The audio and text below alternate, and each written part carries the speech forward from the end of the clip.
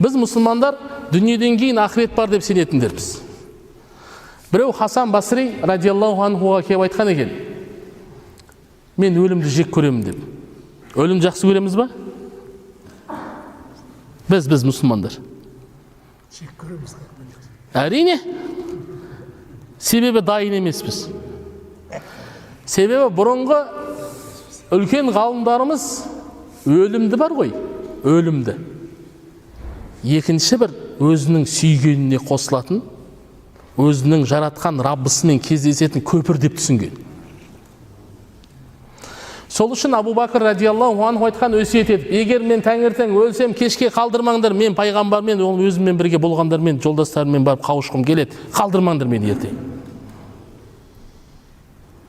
Сіз екеуміз, мен, ол бәріміз жолыққымыз келмейді, өлімнен қашамыз. Себеп ол жаққа дайындаған түгіміз жоқ.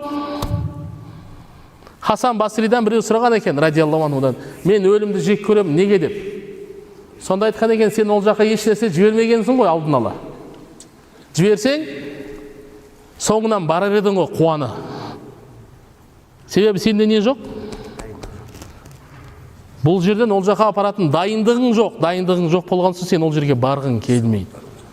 Сауаптарың жоқ.